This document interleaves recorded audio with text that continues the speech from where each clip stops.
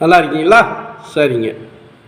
இந்த பொன்னியின் செல்வன் படம்லாம் வந்துங்க வெறும் பிரம்மாண்டத்தையும் விளம்பரத்தையும் வச்சே படத்தை ஓட்டிட்டாங்க. அந்த படத்தெல்லாம் வந்து ஒரு நேர்த்தியே இல்லைங்க.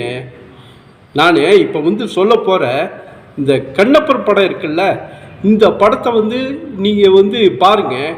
உங்களுக்கு வந்து நான் சொல்கிறது எவ்வளோ உண்மைங்கிறது தெளிவாக புரியும். வாங்க அந்த கண்ணப்பர் படத்தை பற்றி விவரங்களை இப்போ பார்க்கலாங்க.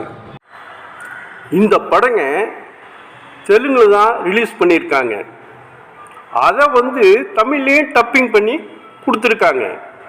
இந்த படத்தில் விஷ்ணு, மஞ்சு, மோகன்லால், அப்புறம் வந்து காஜல் அகர்வால், மோகன் பாபு, சரத்குமாரோட இன்னும் சிலரும் நடிச்சிருக்காங்க.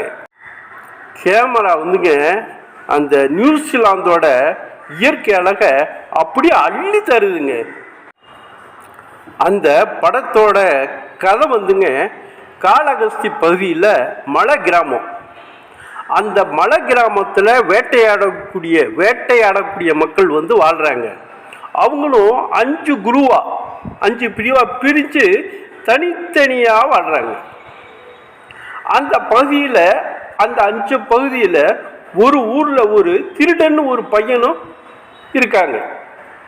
அங்குள்ள ஒரு கோயிலில் வந்து இவனுடைய திருடன் இருக்கான்ல, இந்த திருடனோட நண்பனை வந்து நரபலி கொடுக்க கொண்டு போகிறதா இவனுக்கு தெரியுது. நண்பனை காப்பாற்ற இவன் ஓடறான். துரதிர்ஷ்டம், அந்த நண்பனை இவன் போகிறதுக்குள்ள நரபலி கொடுத்துட்றாங்க. இவனால் அந்த இவனுடைய திருடனுடைய நண்பனை வந்து காப்பாற்ற முடியல.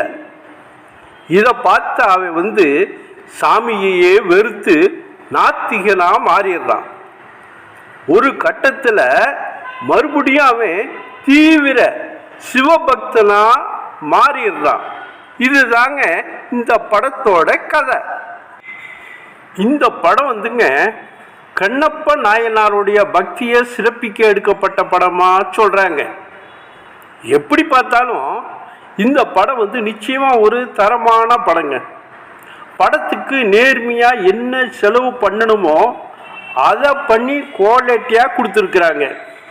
வித்தியாசமான படம் பார்த்த திருப்தியோடு வரலாங்க. போய் பாருங்க.